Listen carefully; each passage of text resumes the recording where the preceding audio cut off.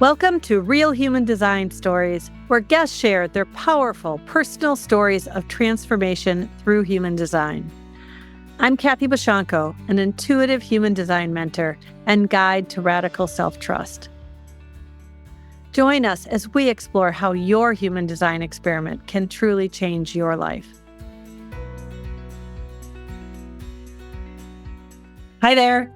My guest today is Veronica Leone, a 5-1 emotional generator, left angle cross of uncertainty. And if that sounds familiar, that's my cross too. Except I'm version 2 and she's version 1. In true manifesting generator style, Veronica dabbles with tarot, astrology, numerology, mediumship, starseed families, astral travel, the Akashic records, energy healing, the intuitive arts, past life regressions, jigsaw puzzles, and the law. And I love Veronica. I met Veronica just like less than a week ago. It was a week ago tomorrow, I think, from when we were recording this. And we're already like besties. I think we must have spent lifetimes together. And I don't know if you've gone into the Akashic records yet to check, but I think in some lifetime your name must have been Jessica, because I keep feeling like I want to call you Jessica, but you're Veronica. And I can't wait for you guys to hear Veronica's story. And then we can geek out about how much we geeked out about being left angle crosses of uncertainty and just the connection that we felt when I met her this past week at the High Desert Human Design I still want to say conference, but it had that kind of excitement and joy of like a big concert festival or something, didn't it? I mean, we danced like it was a concert.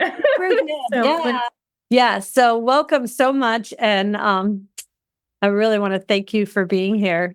So would you mind just starting by telling us about how you found human design, and then we'll get into all the geeky out we did. Yeah, I think a lot of my life experience surrounding me discovering human design is a little more interesting than the moment I actually discovered human design. But I was on Facebook and some little post popped up that was like human design, and it had a little description of each type.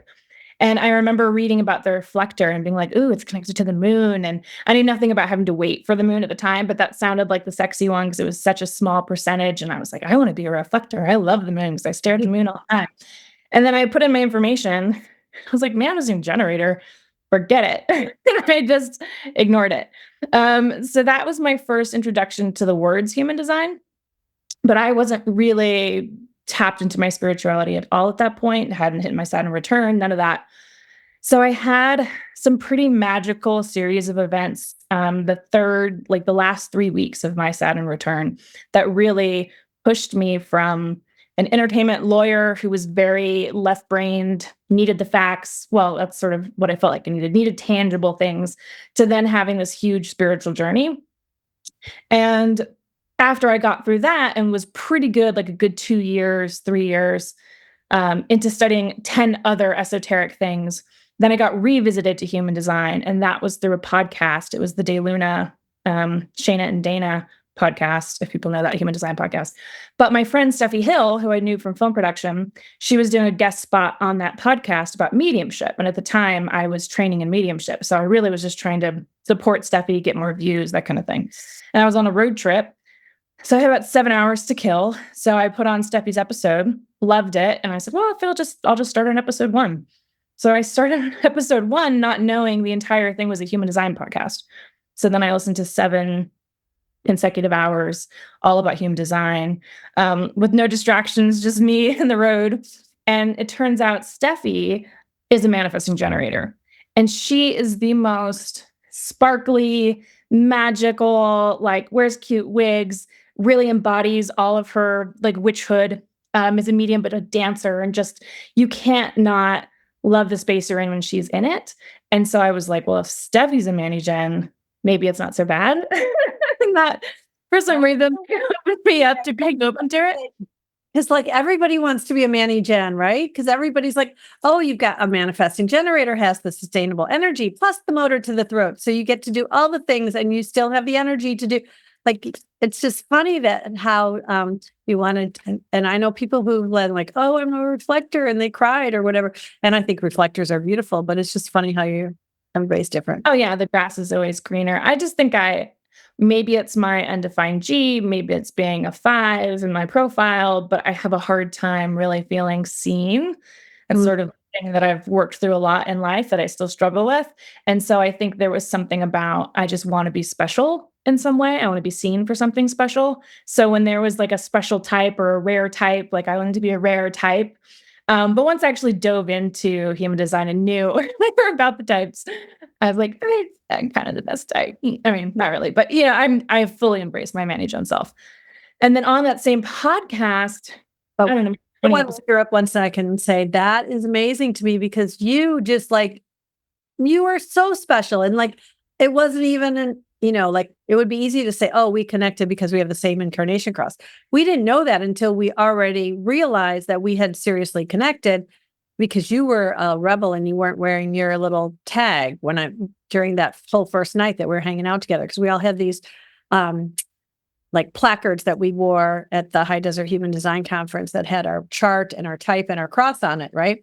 And do you have yours there? You're going to show I it? thought I did, but it's downstairs. No, Yeah. mine's hanging somewhere. I'm not going to get up and get it, but yeah. So I didn't even know, and then it was like what day 2 or day 3 that we had like snuck away from everybody else, and we were having our own little like meal together, and you were doing a little tarot spread for me and all that stuff. Was that like just the second night after I met you, or was that the third? It was the second night, but we'd already spent, I don't know, like 7 hours or something. Like totally hung out together. And so when we realized it, we were both like, "Oh my God!" Right? So, but I knew the specialness of you well before I knew your cross. So, anyway, go back to your story. And I'd never met in person, or even actually I've never met another cross of uncertainty. Yeah. So, oh man, and you're so much further into your experience or experiment than me. So I'm like, ooh, tell me, because I have no idea how to deal with this cross. I was just gonna say later on in the podcast, there was another guest speaker, I can't remember her name right now, but talked about the concept of truth tears. When you hear something that just resonates so deeply with your soul, you know it's true, and it brings you to tears. I've had that moment a couple times in life, but when I heard the description of a manifesting generator and how our energy works, I just had truth tears. I just felt so seen in a way I'd never been before. You hear like little kids when they're tiny told, "What do you want to be when you grow up?" And it's always kind of sound, at least to me, it always sort of sounded like you had to pick something, like pick one thing and then commit to it or know what that thing is. So I get that's also uncertainty. I said, like, how could you possibly pick? But I have tried so many things and quit so many things or mastered so many things, however you want to look at it, right? That, Mhm. yeah, I just felt not flaky, but I definitely felt sort of the jack of all trades, but a master of none. But the first half of the quote, right? There's actually like the second half of the quote that I can never remember it, but it's actually a good thing. So, Yeah. yeah, truth tears about it really hit me. And that was how many years ago? I thought it was 6 years ago, but I just searched on my phone because I was trying to find the actual date, and it was about 4.5 years ago. So I thought it was only 7 years ago that I started doing tarot, but it turns out it was like 10 years ago. So I'm off on all my dates. So about 4 years for human design. Yeah. Okay. Yeah. So once you found that and you had the truth tears, like how long did it take you to start really feeling like you were doing, or do you feel like you're using it? Do you feel like you're following your strategy and authority, like listening to your sacral? Yeah, well, I have the one. So of course, immediately I was buying all the books. I was reading all the things. I finished the book, first couple books, Ra's main book and Chetan's book, and then I was okay. Then Googling online and on and on and on I went. I feel like I have a recurring theme of I devour information and don't stop to embody that information. Mm. There's a couple big monumental moments in my life where I remembered to do my strategy and authority. I followed it and it worked out beautifully. And that should have been enough for me to remember to keep doing it. But I joke that I've been in human design for a long time, but I've only been living my design for a couple weeks. That's because I find it so hard to remember to check in with my emotions. I just want to go and not wait. And my sacral talks to me so clearly that I'm like, ooh, ooh, ooh, that's a yes. And then I'm like, ugh, I'd have to wait. Can I tell the story of your sacral and your emotional wave when we were trying to decide whether we were too tired to go back to Jonah's party and dance after the past life regression that ended at like 10 o'clock and was super emotional? Yeah, please. So at the conference, there were events all day, right? And they're every day. And Jonah, who puts it together, has this beautiful house with all kinds of different spaces. And there's always multiple things going on there in the evening. But we were at a different space at Ray's Country Gardens where Alex, oh, what's Alex's last name? He is amazing. Something with an N. I'll find it and put it in the show notes. But he did this group past life regression with like 40 of us in this house. And he led us all through this thing. And that is a whole nother conversation in itself. And it was very interesting. And it was it was super, in some ways, super relaxing for me because I didn't go as deep as you did. But for you, you had a lot of stuff come up. So I'm sure it was, anyway, we're laying on the floor in blankets, right? And then it's like over and it's like after 10 and we're doing the whole thing. And then we're like, oh, people are going back to Jonah. Should we go? There's dancing. That was part of our big bond was we both love to dance. And so as we're going back, we realized that we forgot that we had to park far from the house and walk because of lots of cars. And then we were like, oh, should we? But it was funny because your sacral would say yes. And then we'd start walking and then your sacral would say no. And it was just funny because we would stop and I would just kind of wait for your clarity. And I honestly was in that mindset where I had no emotional clarity either on whether I wanted to go home and go back to my place and go to sleep or whether I wanted to go dance. And it was not one of those decisions that like is life changing, but but we literally stopped on the street and stood there and went, are we going to keep walking or are we going to turn around? And if anyone's watching this on video, I got home late last night, minus one of my suitcases, which luckily got delivered early this morning. And I'm looking at myself and I can kind of see the lack of sleep over the last 2 weeks after I went to back-to-back conferences. But I did want to really get this recorded with you while we're in this kind of The afterglow. yeah, kind of afterglow, also a little bit of conference hangover, right? And I don't mean that, I mean that figuratively, right? Because it wasn't that kind of, we were all so just like high on life, right? So, I mean, it wasn't. I started getting this light on my third eye. All of a sudden. Right? You got the light shining more. Yeah, it's raining here, so no light shining on me except for that lovely ring light that I keep seeing on my butterflies behind me. So okay, but it was really interesting to watch that. And then the other one was when we were in a session sitting next to each other while Jonah and some other people were going over a new emotion. No. A personality, right? Those like the personalities. It was a non-human design thing that he uses. Ajna is trying to remember. Yeah, we tell together. No. But we're trying to, right. We both have completely open ajnas. We both have an emotional wave, so have to wait for clarity. And we're both cross of uncertainty. And he's going through this thing where he's telling you the characteristics of this thing or this thing and which one are you. And we're both like, oh, I'm that, oh, I'm that, I'm that. And then at one point, we both just like burst out laughing like a couple middle school kids in the middle of a classroom with a private joke. So it was just like, how are we going to ever we can't do this now. We're like, we really just have to take in the information. And then maybe in 6 months, we'll like have some clarity on. Well, and I think, was human design like that for you? Did you feel like you had to, well, you said kind of in the beginning, you didn't have the clarity. And then later when you heard it again in the right setting, the Facebook thing was literally just like one little test that was someone's ad to try to go to their site or something like that. So it was just a quick thing. And it was, a second. But once I started diving into human design, I did the same thing when, I don't know, maybe I'll get to it later. Oh, it's 11:11 where I am. But I saw a psychic. That's what sort of started my whole journey. And she had a beautiful like bookshelf behind her. And I took a picture and then proceeded to read every book on our bookshelf, right? So one was about Akashic, and one was past lives, and one was numerology, and one was, your guides, and one's star seed. So I do that kind of thing in sort of Manny Gen 5-1 style, where I'll read a book, get interested really strongly for maybe a month, and then switch to something else. So when I first got into human design, I devoured a lot of it. I started practicing it for about maybe a month, and then I decided I don't know enough about it because I don't know much about astrology. So let's start working on astrology. So then I took a shift and studied astrology, but not based off of sort of the human design method, just completely from scratch. Took several astrology classes. I used to be, still am, but a massive Xena Warrior Princess fan. Oh, yeah. Like practice her war cries and so I ended up as a result being really into classical mythology, and that carried through. I took classics courses in college, and my cat's name is Helios. Like I got really into it.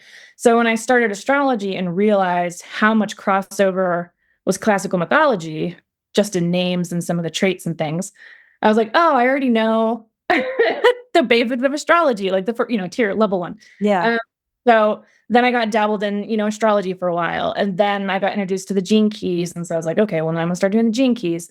But I tend to just surface level a lot of things, and not really dive in super, super deep. But I've been doing it so long and I keep diving back into it that, I kept getting readings from people, human design readings, and I'd leave the reading with no real information.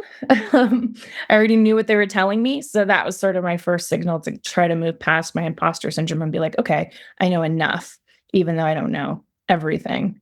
Yeah.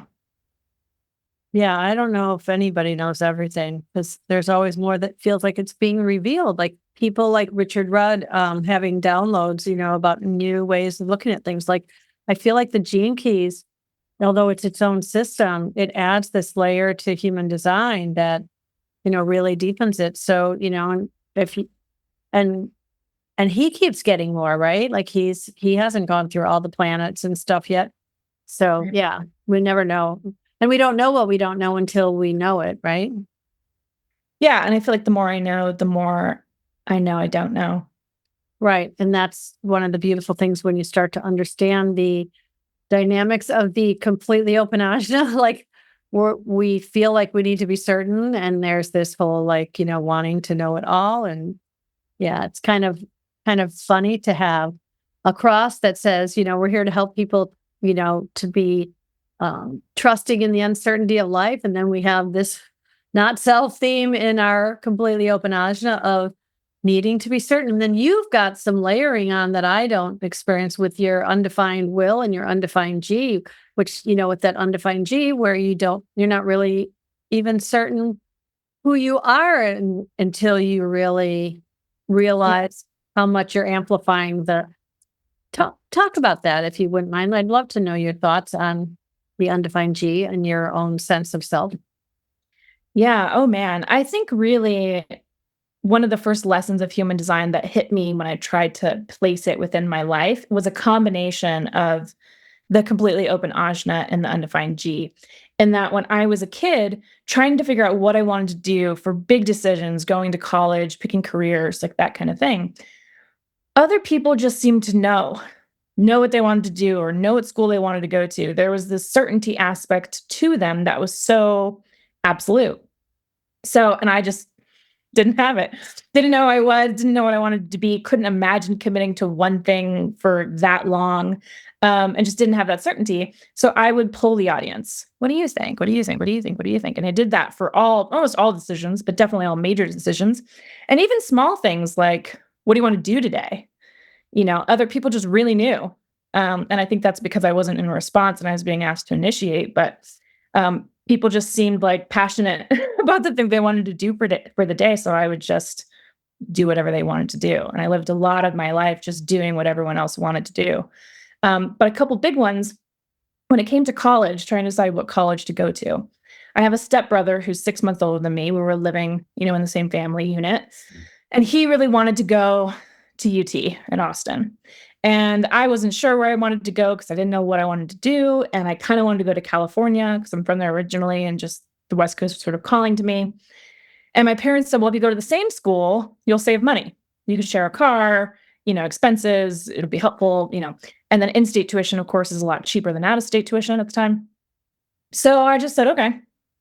Like, they seemed more adamant than I was about what school for me to go to, and I didn't really feel like I had a strong enough conviction that I was allowed to, like, stand in and hang my hat on. So I just agreed to go to UT.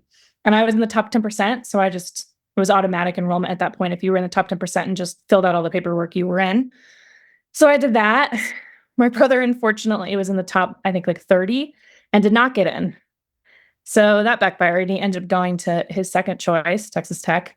And then I was at a school that I'm just there. And so I was like, okay. And I got really lucky. It ended up being amazing. And I did film, and it was, luckily my brother has good taste, at least in his first choices. And so I went to UT. And then I had the same situation happen, several years later, 5 or 6 years later after I graduated. I really just wasn't sure what I wanted to do. And so my dad was like, well, why don't you go to law school? And I was like, I don't know, and he was like, well, if you're not sure, it's 3 years, I'll pay for it. So that was a privilege. And just, you don't have to actually use the law. It's just good to know your rights and not get taken advantage of. And so I was just like, okay, I guess I'll go to law school.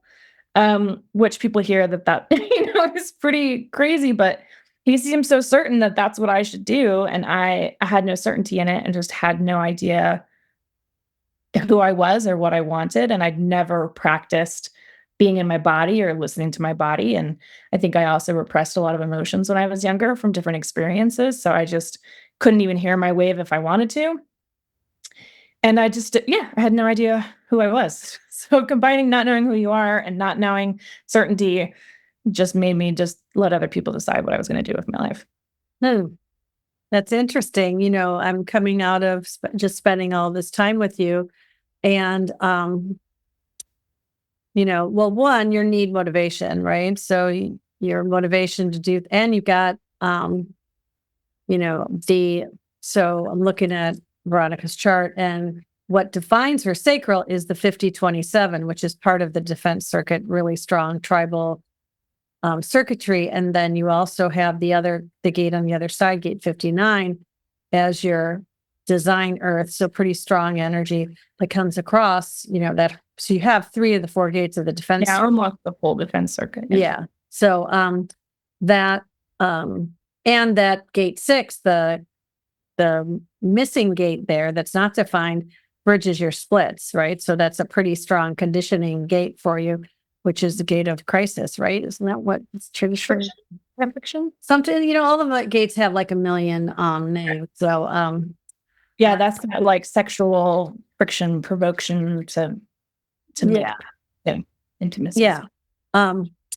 So, but it's interesting because you you're very accommodating. That I would say about having been with you, or you're very much defer to the group energy. So that's and I don't mean that as a negative. I can see that nurturing energy, and then you combine that with that undefined G, and then the undefined will. And so I'm wondering, as you have, contemplated these things, is that something you do because, like in these cases, you really just didn't know what else to do? Or do you do it out of a sense of wanting to please the other people and be, recognized? And yep, that second one. Yeah, for sure. Yeah, I had some things that I had an idea of what I wanted, for example, for my undergrad. I thought about film. I thought that would be, great, but I had the story in my head that, artistry, filmmaking is not a real career. Especially when my dad is a very high profile attorney and psychologist. So I just didn't think I thought it'd be frowned upon to go sort of the starving artist route at the time. And just, I didn't feel a strong enough conviction because I thought it'd be kind of interesting. It was the latest thing that was pulling me. There's definitely a not wanting to disappoint undercurrent. And I think also for the undefined G, another thought is, I also have the 5, right? I also have this projection field. So feelings. The 5th line, because you don't have the gate 5. You have the 5th line. Yeah. No, I'm missing gate. I have 15, but I don't have 5. We all have all the chart. You don't have it defined, so you don't have a consistent way of experiencing it. Is what I like to say. Yeah. Okay. Yeah. 5-1 profile. So I have that projection filled within the 5 on the profile. And so I love people telling me things about myself. One of the reasons I loved human design or any other sort of self-reflection, personality quiz, modality thing, who can sort of tell me how I appear to them or who I am, because I had a lot of experiences in, high school and college where someone would make some comment about me and I'd say, well, that doesn't resonate. That's not me. And it's offensive that you would even think that about me, but I don't know who I am. But I know I'm not that. I had a lot of that kind of energy. I'm not really sure who I am, but I know I'm not that thing. And I think those were sort of, projections put onto me that I'm like, I'm not that. I don't know what I don't know what, but I'm. And I think that's also because I hadn't really encountered this aspect of spiritualism. And I think that really helped me discover who I am, the things that I really love once I finally found that area in my Saturn return. I just don't think I'd really been exposed to some of the stuff that resonates with my core now. Hey, just popping in for a quick sec. I know we're deep in conversation, but if you're feeling called to dive deeper into your human design experiment, I'm here to guide you. Whether it's a personalized reading or one-on-one mentorship, let's explore the next steps towards radical self-trust together. Visit kathybashanko.com to learn more. All right, back to the conversation. There's so much more to explore. So I'm wondering, how... Okay, so first I'm going to back up. Do you feel like you've told the beginnings of your origin story enough? Because I'm asking now like kind of more scattered questions. I just want to make sure we feel like the story itself of how you found it. Were there any pieces we've missed? Yeah. Yeah, I think maybe I could tell a little part that's sort of, to me, the more exciting part of my story. Okay. Just a little bit more background. Yeah, so originally raised not religious and then raised a variation of Pentecostal. Just had some life experiences that made me not sure about organized religion as a whole, and I kind of put it on the shelf. Then I don't know, 15 years later, I'm in Los Angeles and I have a friend at dinner, one of my law school buddies. We're just having like a pear martini, hanging out. And she's like, we should see a psychic. And she was very hard Catholic, but not like the Catholic that would see a psychic. And so it was just very left field, didn't really make any sense, probably was a result of her being slightly tipsy. And so I'm like, okay, let's do it. And we spent the next hour and a half trying to find a psychic. And at the time, because of my religious upbringing, I thought psychics were of the night. They're in dark alleyways. So it's almost midnight. That's the perfect time to find a psychic. And we're taking an Uber around town to where I remember psychics like neon signs being in the past, trying to call people. No one's picking up at midnight. Surprise, surprise. Just completely. Wait, what city were you in? Los Angeles. Oh, okay, right. Yeah. We got one guy who said, I do astrology readings. You can come to my apartment. And we're like, some weirdo's apartment. We're not doing that.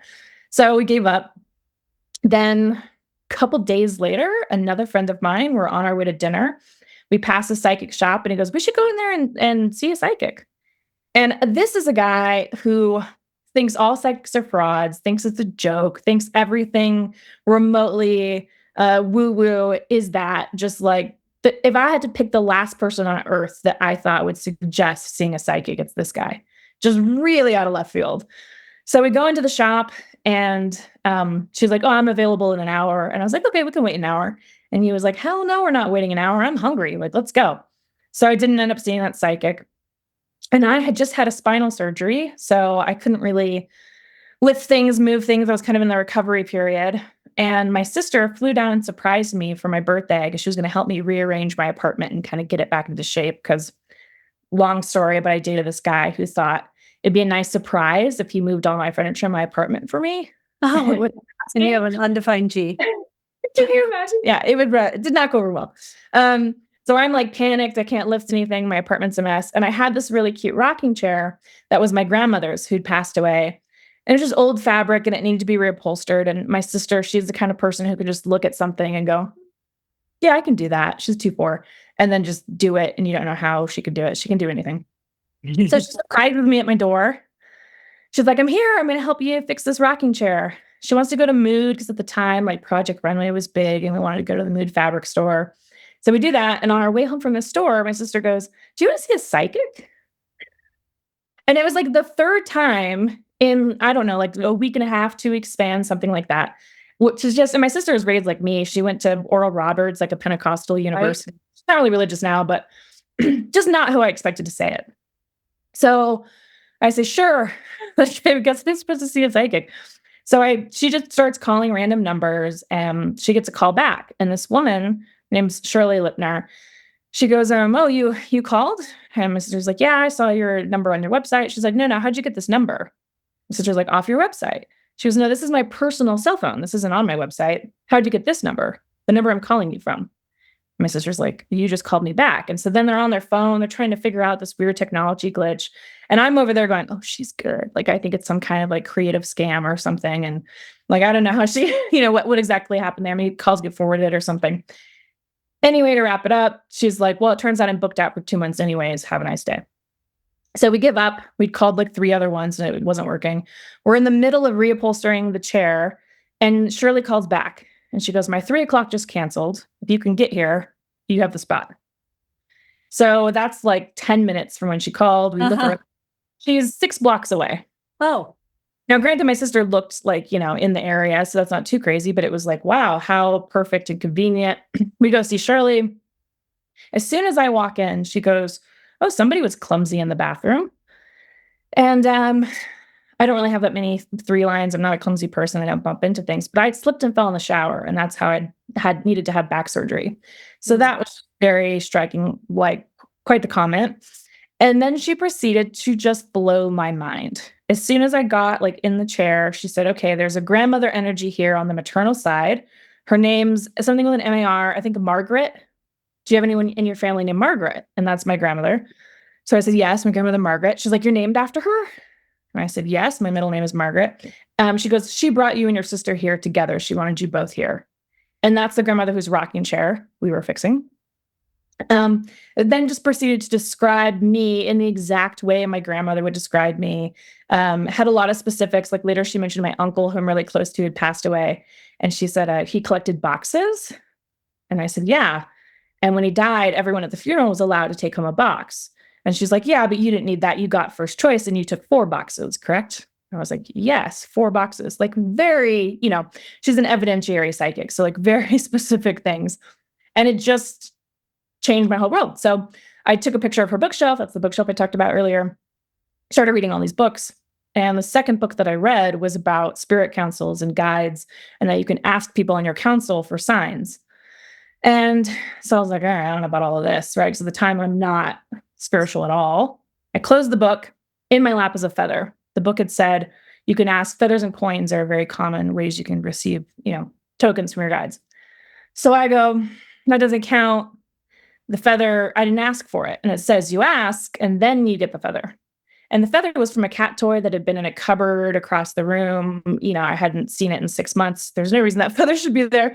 So then I say, "Okay, guides, if they're supposed to be, if you're on my council, grandma, if you're on my council, send me a feather and make it really obvious."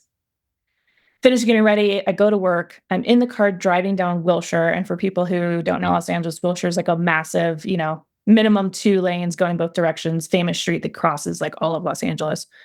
Driving down Wilshire, and I have to slam on the brakes because a duck has crossed Wilshire. How? 3 lanes of traffic to stop in front of my car. And I had to skid, and I've skid maybe a couple times in my entire life. And this duck, people listening won't be able to see, but like was going one direction and just like slowly turned his head and stared into my soul for probably 3 minutes, which is an eternity in traffic in Los Angeles, before he proceeded to like walk on and cross the street. And I called my sister and I said, "Can I read 2 books and see one duck and completely change my entire outlook on the universe and reality?" And she was like, "Yeah, of course." Just all chipper as though that was like no big deal. right. So that was my first sort of introduction into signs and spirituality and everything else. And there were so many other. I had a turtle once like cross 30 feet. and hit my foot with his paw or his little clawed foot and give me a feather that he had in his mouth, like dropped it on my shoe. I mean, I was getting feathers in all kinds of fabulous mystery Thanks, ways. Grandma.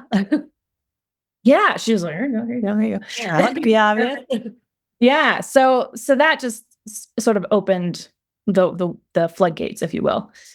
So by the time human design came around, I'd bumped into Steffi on set, her card broken down, and I'd talked to her like the entire season. We're on the show Legion together, and the entire season we're chit chatting.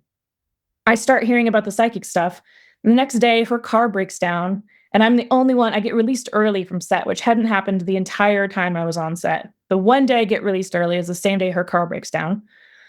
We're in the car driving, and she's like, "Okay, this is awkward. I don't know how to tell you this, but I'm a medium and I'm getting like a message for you." I'm like, "What?" Like all kinds of just perfect synchronicities and lineups to get me to human design Right. and all that kind of thing. But yeah, that's just a little bit more of the sort of magic behind it all. Yeah. And I'm trying to think. I think I know her. Steffi Hill. Is that what you said her last name? Yeah, Spirit Sis. She goes by Spirit Sis. Is Oh, sort of no. You know what? I think there's a Stephanie Hill in my neighborhood that I'm confusing the name with. But I'll have to look her up. Maybe I do know her too on Facebook. But yeah. okay, so that's super cool. So you do all these things now, and you have left the Los Angeles area and moved to Santa Fe and kind of given up all the film stuff, right? Are you doing some of it still or remotely or? Yeah, no, I'm not really doing the film stuff. I might pick up for like side jobs or something like that. I'd be happy to do some PA work or something like that. But yeah, no, I left the law and started my own business doing a variety of any kind of reading that I'm in the mood for. And I've slowly been starting to build that up, but I just kept getting called to Santa Fe. So I've only been here, I have to do the math now, 5 weeks, 6 weeks, something like that. So yeah, I'm gonna sort of rebuild again here, but I'm excited about it. Yeah. Yeah. So what made you feel the pull to Santa Fe? I it was mostly intuition's the only way I can really describe it. It just kept popping up. I was losing a little bit of the sparkle of Los Angeles. Just something wasn't quite clicking the same way. I Mhm. still love it, but I was just looking for another place that would accept the woo-woo side. And I was like, I guess I'm supposed to go somewhere. And I got an astrocartography lesson, and my Jupiter line ran right through kind of the Albuquerque, Santa Fe area. And I felt like I was a little too bougie for Albuquerque. So, and I visited Santa Fe, 4 or 5 times. But then when I finally said, okay, I think I'm gonna move to Santa Fe, I just want a little bit of confirmation from the universe.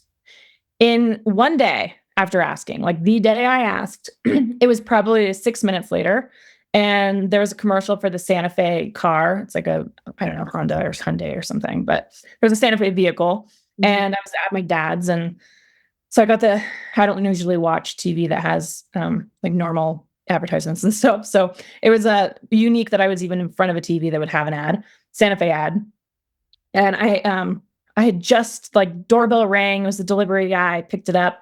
It was a book I'd ordered a while ago, The Artist's Way, and I had started it online, but I wanted a hard copy. And so I'm reading the introduction, and the author's like, "I'm sitting here in my home in Santa Fe." And I was like, What? "Oh." I have that book, so I forgot. I don't know if she still lives there, but Julia Cameron. And yeah, yeah. And then my sister called me, and she was like, "Oh, I'm reading this new book," and I forget the name of the book, but it was another George R. R. Martin book, and he's, from Santa Fe or in Santa Fe. So it was just in like a day. It was like Santa Fe, Santa Fe, Santa Fe, and I was like, "Okay, okay." So I got, the confirmation that I was already sort of expecting, but so yeah, I mean, it's a whole other story, but just a series of intuitive hits and deciding I think I want to go there. And then I was taking care of my dad who was really sick, and he suggested I could get more schooling while I was there taking care of him remotely. And so I looked up like psychology because in doing my sort of spiritual counseling, I just feel like a lot of other people just need mental health counseling. So I thought I could be, one-stop shop, very Manny Jen of me. So I was looking into places that would accept my woo aspect and do classical counseling so I could get licensed. And Southwestern popped up, and I'm like, oh, where is it? And it was in Santa Fe, which I had already told my moving company, like, that's where I'm moving. And then found the school there. And I was like, that works out perfectly. So it was just all easy, divine timing. Yeah. Yeah, and then you were here in time to meet me, right? I get an apartment. The first apartment I look at in Santa Fe in person, I'd looked online for a while. I have one girlfriend who already lives here. She's like, we should go celebrate. So we go get a drink. There's a guy at the bar she recognizes from the local burn. He's like, oh, what do you do? And I go, oh, human design readings and a bunch of other stuff. He's like, oh, I know the human design guy, and puts me in contact with Jonah. So in less than 48 hours of being in Santa Fe, Jonah has invited me to do a panel at the at the HDHD conference, like just that in alignment, quick. Right. Yeah, and then I meet you there, and I finally meet another cross of uncertainty, and Right. I try to convince you to uproot your whole life and your family. And Yeah, I think it was like, 24 hours after we meet, and we're sitting outside at Jonah's, and I'm making this clay vessel inspired by my completely open Ajna, right? And I was just like listening to music, and I think I was drinking a glass of wine, and it was so nice out. And I was like, oh, my heart is so full. This is, I'm thinking this is projector success, and I was like, oh, I don't know how I'm going to leave here. And you're like, don't, you can come stay with me. You can live with me as long as you want. And it was like, yeah, you're invited. yeah, well, we'll both have to wait for emotional clarity on that, and I might have to talk to my husband. My dog won't be even more upset than my husband, but He can come. she, yeah, As long as you can get along with my cat. yeah. Well, she's about to have to get along with our daughter's cat, maybe if she comes back the way that I don't know. The universe keeps delaying that too, so who knows? So okay.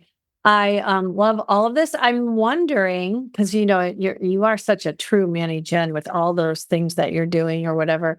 And so have you kind of created like a Veronica session, or like a thing that you just do, like when you just like, or do people just specifically say, I would like you to do an Akashic record reading, and I would like you to do a tarot reading? Yeah, I give them both options. I have something right now. I change what I call everything every 6 months or so, anyways, and change my website that often too. But right now, I call them spiritual sessions, and so you just book an hour, and you can decide which of my handy dandy tools you want, or you can just come to me with whatever's sort of bothering you, and I'll reach into my toolbox and pull out what I think is appropriate.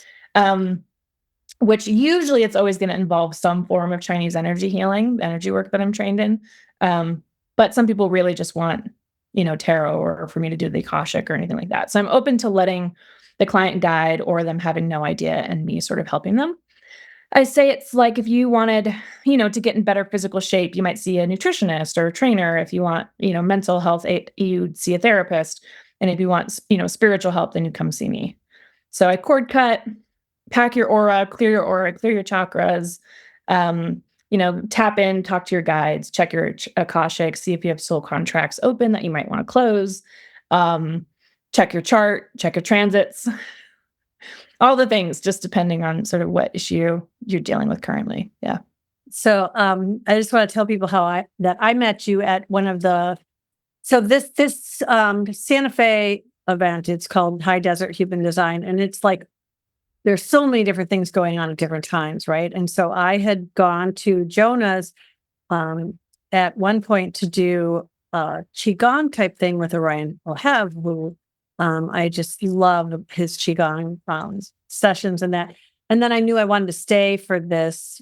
I think it was called Deconditioning Dance Party that was happening at 7 there, and I was like, oh, what's in between? And I was like, oh, at 6 there's this tarot discussion or whatever, and I wasn't sure what it was.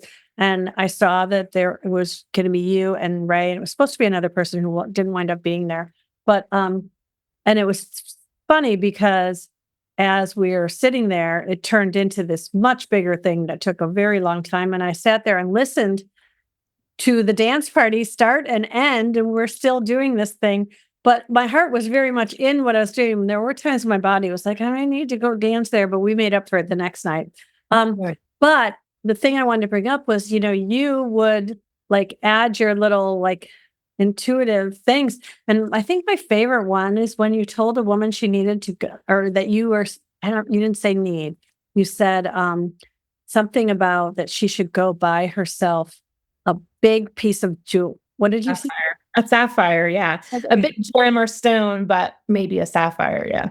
Right. That you saw her like doing something, like buying herself something that felt decadent, right? And in scope. And I thought that was like, oh, that was a really interesting thing. And you could tell how much it resonated with the woman, like she needed to do something like that for herself and probably could, but wouldn't normally, right? And she wanted to get out of it by saying, "Can she wear something she already had?" And I was like, Right. "No, that's not right. Absolutely not." Right? Yeah, it was kind of funny. So I was just like, this woman, and then there was just so much like gentle wisdom coming through in the little things you were saying to people.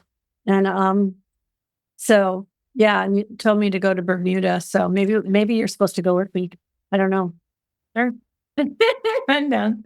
Yeah, but that was like 3 hour, it turned into 3 hours or something, but it was amazing. Um, anyway, so Hmm. Here's a question I have for you. If you have an answer, I don't know if you contemplated this. So I always like to think about how our undefined centers, when they, especially if they just have one gate or something defined, like how that really, like I think of it as um, like this little antenna that's always bringing in this bit of flavor into everything that you take in and amplify. And so I'm wondering, um, have you thought about your gate 15 on your that's the one gate on your undefined identity center, and it's your design moon. So it's what attracts people to you, right? So here you Yeah. have this otherwise completely open identity center with this one gate that is like your like beacon of attraction. And I'm wondering, can you have you thought about that before? I love that gate. I don't remember. I mean, it must have been Ra's book that I first read about the 15, but I feel like it was somewhere else where I was reading someone else's description of it. And one of the examples it gave of sort of the extremes you might have is your sleep schedule. Like you might sleep 4 hours one day and then 10 hours the other or whatever. But I've always been a night owl that will go to sleep at 3 in the morning. If you stick me on a tropical island, like that's what I'm doing. And I get really magical around 11 or midnight. That's when I create the most. Go to bed at 3, wake up at 10. And I've always had this sort of chip on my shoulder because people, will make comments just about that kind of schedule. Oh, you're sleeping in. And I'm like, am I sleeping in? Because I'm getting more done than you and Right. sleeping 12 hours. But something about the extreme of just being a night owl and living in that kind of life and sort of how that felt. And there was another aspect that was sort of the prince and the pauper aspect of I will see the inherent worth in everybody across all of humanity. I don't care what your position is, how much money you have, anything. And I've been known a couple times with my friends to be sitting on the curb with somebody who's homeless who just asked me a question and I stopped and answered, and then we got in a long discussion and then it was a whole sort of thing. So I like that sort of aspect of the humanity aspect and loving. I just love everybody, which is interesting because it's my only sort of like love gate. I mean, I have that, preservation channel too, but Yeah. yeah, I love the extremes in people and just that there's no boundaries to what you do or when you do it or how you do it. That each person has like their own methods and they're each equally valid. Yeah, I love that aspect of it. Yeah, it's really beautiful. The other thing that I am curious about, if you can speak to how it feels for you, because for people listening, I always like to remind people that human design is an experiment. So I love to hear how different things feel for other people as they contemplate. So you're a manifesting generator, but you have a split between your manifesting channel and your generating channel, right? So for those who can't, who I'm going to figure out how to put a link to your chart maybe, but just for clarity. So um, Veronica has the 1222 that motorizes her throat from the solar plexus to the throat. And then she's got the 5027 defining the sacral from the spleen. And then she has the 1858 that also connects her spleen to the root. But the I got distracted because I think my dog was going to almost knock over my ring light because she was coming over here. She's missed me. Okay, but I thought, okay, that's interesting because the manifesting part feels very separate from the generating. So do you feel that initiation is not always connected Yeah, with I think the sacral? biggest thing is I always say it was like a universal joke making me a Manny-Gen, but then making me wait for my emotions because they do feel extremely disconnected. That's one of the reasons why I said sort of earlier that I feel like I've only been living my design for 2 weeks because I never remember to sort of check in with that emotional side. Like the manifesting, I feel my sacral. I mean, it's also got so many gates coming off of it. Um, yeah, I'm like, "Oh, I can read it, I can tell, I know," and then I'm like, "But I'm not sacral authority, I'm not even in touch with my emotions half the time." Like, when I do and I feel the wave, I can express them, but I do feel a big disconnect with the actual strategy and authority kind of coming together. It feels like a massive disconnection that feels just rude, frankly. Yeah. Rude.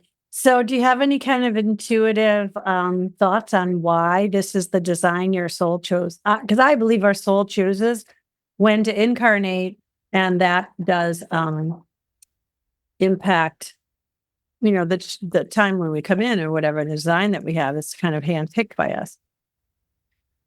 And Yeah, oh boy, I don't know because lately I've just been getting a message of needing to slow down potentially, just overall. My stepsister used to have to translate for me. I would talk so fast that people couldn't understand what I was saying, and I right. didn't realize it, and then she would pipe in like, "Oh, she just said she's gonna go to the mall." And I'm like, "What?" And I just noticed that people would turn to her to figure out what I was saying because I was going so quickly. Um, and sometimes if I'm doing public speaking or something, or I'm really excited, then I forget to slow myself down. But normally I'll make a conscious effort to not go so fast. Um, and I found walking down the street, driving, um, trying to get people to understand concepts or I just move so quickly. I also have my third house has um Mars and Capricorn. So it's like let's go. Let's go. Let's get out of the way on the road and things like that. People walking and stuff. But yeah, so I don't know. I think maybe that emotional authority is like a built-in slow down mechanism of some sort. I don't know.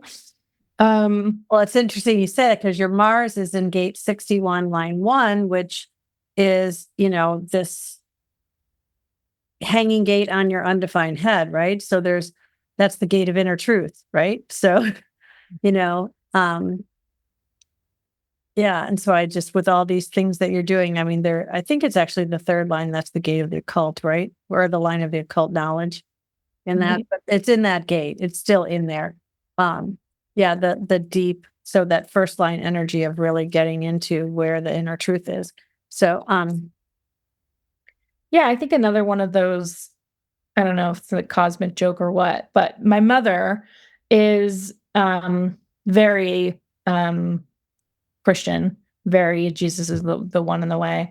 And she thinks all of these things that I'm doing are demonic, and she prays for me regularly. So I have found it really fascinating just the karma of which parents I have in this lifetime. Because she's also just supportive and magical and beautiful and all these other things, which makes it really hard to disappoint her. If she wasn't so incredible, I might be like, that's fine, it doesn't matter. But I have this like push and pull there with wanting to sort of please. And then my dad on the other side is very like logical attorney, like big money, successful in that sort of area, and I've kind of turned away from the law job. So me kind of stepping into myself requires this like massive standing in my own.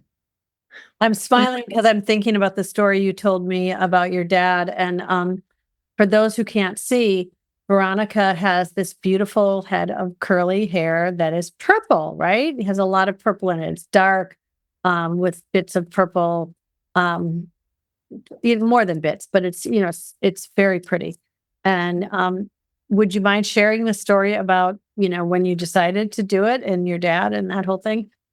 Yeah, so I had not dyed my hair my entire life. Just, my my dad was fairly just opinionated about, tattoos and colors and piercings and that kind of thing. And so I just sort of never did any of those things to make family happy. And he's a jural strategist. He studies juries for a living and he's quite famous in his arena. He's probably one of the most famous jural strategists. So he's working on the biggest cases sort of in the US. Like if you've heard of a big pharmaceutical case, my dad has probably worked on it, right? Like Johnson Johnson talcum powder, opioids case, the EpiPen case, like huge, big monumental cases. And so during COVID, I was helping him because I work on some of these cases. And so, what was this opioids? I think this was the opioids case against a bunch of different pharmaceutical companies and their pharmacies. So I had dyed my hair. I just had been wanting to do it for a while and just stepping into myself. And I'm going to do it. And I dyed my hair purple.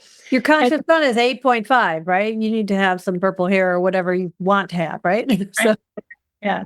And then 10 minutes maybe after I dyed my hair, I thought, oh my gosh, I forgot about my dad. He is going to lose his mind. Like he was always particular about what, lipstick color, what version of the suit and how it looks. Like he doesn't want a jury to be able to pick sort of anything off of you and use it, mentally have a point against you because the case is all about getting as many points as you can. And he's got this, psychology aspect to it. And anyway, so I'm like, my dad's going to kill me. I'm going to show up to this multi-million-dollar, like one of the biggest lawsuits in the United States with purple hair. Now it was a jury study, so it was like a mock trial, so it wasn't like the actual courtroom, but it's dealing with all the high profile people in the case, so still, and with our client, so it's still like extremely important. So I'm like, like borderline panic attack about it. What am I going to do? Calling my sister, panicking. So I'm like, well, it's too late. It's purple. And so I just pull it back because I'm like, okay, if it's up, it's a little slightly less obvious. It's still pretty purple. So I show up for this, for this jury study. And there's like 4 people on his team, that have known me since I was a kid. And they'll come up to me privately. Oh, Veronica, I love the hair. Oh, it's great. And like, oh, what's Dr. Rob going to say? They're all having these little comments. And I'm like, shh, because he hasn't said anything. So I get through the entire day dealing with the juror, the mock jurors and dealing with the counsels and all these kind of things and passing out forms and stuff. And we're walking outside. And as soon as the light hits my hair, my dad goes, is your hair purple? So somehow, just in the dark of the day, he hadn't noticed all day long. 2 seconds after leaving the event, he notices, and he just gets this little smirk on his face because he knows he can't scream at me about it because he didn't even notice. So he can't be so mad that the jury noticed. And everybody had already said what a fantastic job you had done, right? So. Yeah. So at that point, what could he say? Because he already knew it was a non-issue, right? So, yeah, I think that was it's amazing. Yeah, just following, your little ping to be creative, and you end up not. Well, and to bring that into the whole, thing of looking at your chart and the way your split operates. So you've got this 12-22 channel with, which is pure individual expression, right? The channel of openness. And that when that connects to your throat, the only other gate that's defined on your throat is the hanging gate 8, right? So, and that's your conscious sun. So that, in the 5th line, like this complete creative contribution, the voice that says, I can, right?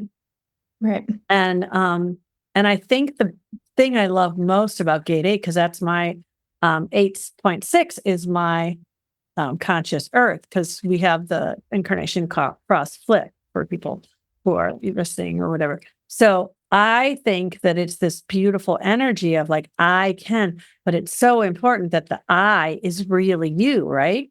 And that gate 8 is it points to your undefined identity center, right? So I would so there's that tendency for that, if the 1 is ever activated, that really, you look for that 1 to define your sense of direction and sense of self in a way that feels really beautiful, that in this situation, by really being you 100% and not being afraid of the projections of that 5th line, that it really can help you to see the real direction in your life, right? But if you're playing small because of the projections on that 8 and not dyeing your hair purple when that's what your heart is calling you to do, right? And I just love that story, because so many times we make up a story in our mind about why we can't do what our heart just tells us we're meant to do. And then sometimes it's exactly what we need to do, right? Yeah, I think the universe was being particularly kind with me that day because I truly believe if my dad had seen my hair before the event, it would have been bad. He would have been screaming, I would have been crying, it would have been like a whole mess, but I feel like I just needed that, the universe was like, "It's okay. We'll protect you through this," and blind him for the day so Was it protecting you, or was it enlightening you? Right? And Right. showing you your glory and your power when you step into who you are, and away from that, fear of disappointing your father or whatever.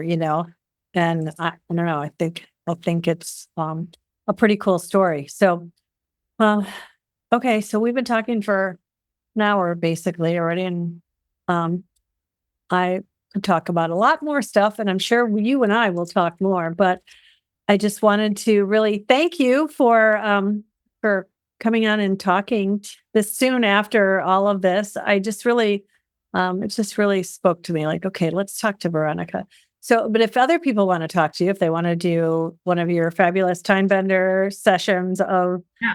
in quantum human design, they call the manifesting generator the time bender, because you do so many different things or whatever.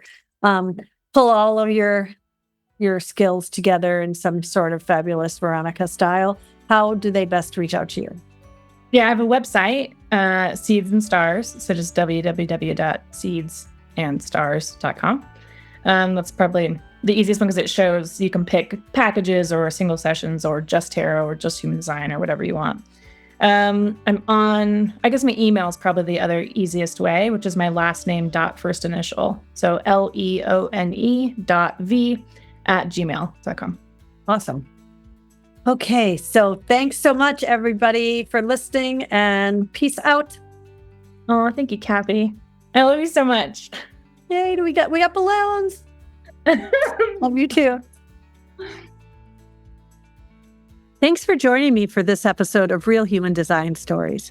I hope these stories help you see how human design can reframe not only your own story, but also the stories you tell yourself about your relationships. If you're ready to tell a more empowered story about who you came here to be, I invite you to explore ways to work with me directly at kathybashanko.com. Supporting this podcast is easy. Subscribe on Apple Podcasts, Spotify, YouTube, or wherever you listen. If you enjoyed this episode, please leave a 5-star rating, like, comment, and share with your friends. This helps the podcast grow the most. You can also become a contributing sponsor for as little as 99 cents a month. Details are available at realhumandesignstories.com. Thanks again for being here. Real Human Design Stories is created and hosted by me, Kathy Bashanko, and produced by Number 3 Productions. Peace out, everybody.